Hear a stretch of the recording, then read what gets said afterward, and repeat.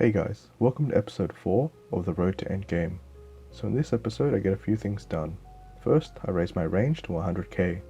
This isn't much, but it was necessary to raise my damage in order to take on Pink Bean.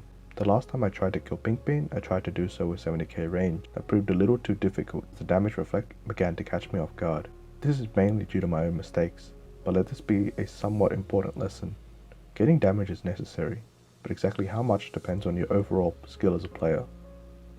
It can mean the difference between gaining 30k and getting 100k range, 1 mil range and 1.5 mil range, and of course the cost to do so increases. Finding a class that you're unfamiliar with and have poor understanding of the game mechanics can cost you far more than if you understand the class and the game mechanics a little better.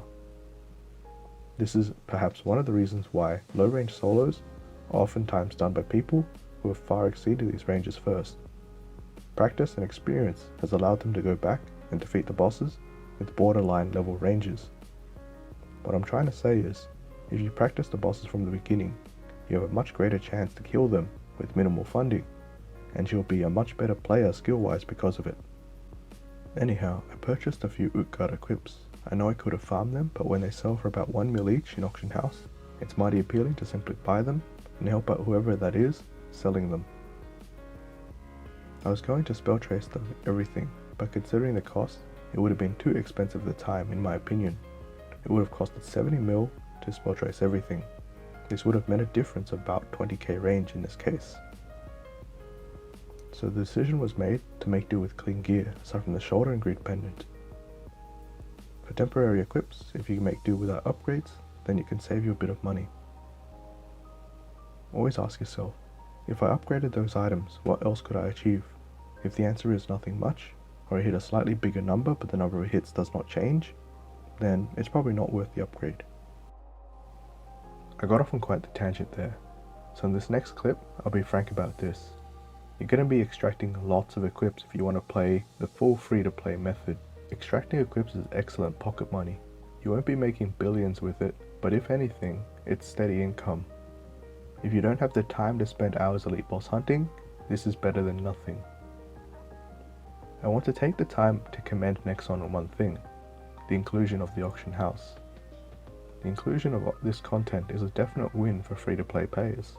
It makes the prices of lots of items much more affordable due to the market competition, as well as providing a way for all players to sell stuff overnight without need for a shop permit. So, to get to most bosses, you can make use of the boss queue, but for some reason, at this time no one was queuing to Pink Bean, so I decided to walk there. So you go to the 6-path crossway via quick move, enter the interdimensional portal, use the portal to get to Leafree, go to the port in Leafree, talk to a Korba, he turns you to a dragon, you fly to the right and bam, you're at the Temple of Time. Now before all of you say there's a faster way, yes I know. You could also use the Maple Guide to teleport to future Hennessy's. If you're above level 200, then you can use the Maple Guide to go to the Road of Vanishing and run left, back to the Gate of the Present. So for the Pink Bean fight, there's a few stages.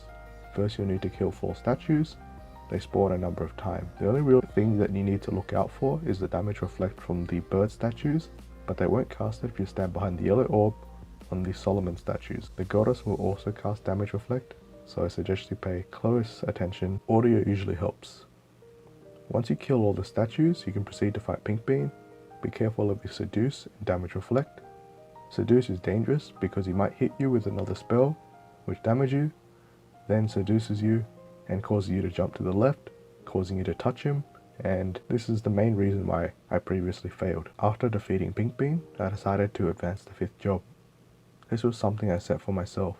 You don't need to kill Pink Bean to advance. Just complete his pre-quest and the Temple Amnesiac quest line. Then you can unlock the 5th job advancement at level 200. So Night Lords get spread throw for their 5th job castable skill. It's a lot of burst damage on a single target, and also allows Lucky 7, Triple Throw and Quad Throw to hit multiple enemies in a cone shape in front of you. Anyways, back to Art and Mill to extract some more equips. I also smith some gems like black crystals. They sell for a bit, and it also helps level my mining skill. So I had a few spell traces left over, and I decided to enhance condensed power crystal. I managed to get all of the spell traces to work, and so I thought to myself, this might sell for a bit. so back to the auction house I go. There I found a 10 weapon attack face accessory for 10 mil, so I decided to have a go at selling the one I made for a bit of profit.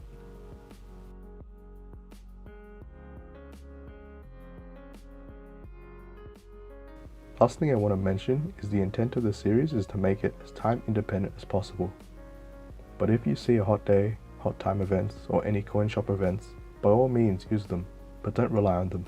They're nice to have, but you can't always expect them. Anyways, I hope this video was useful or informative in some way. If it was, hit that like button. If you haven't subscribed to the channel already, please do if you wish to see more. Thanks for watching, and I'll see you next time. Bye!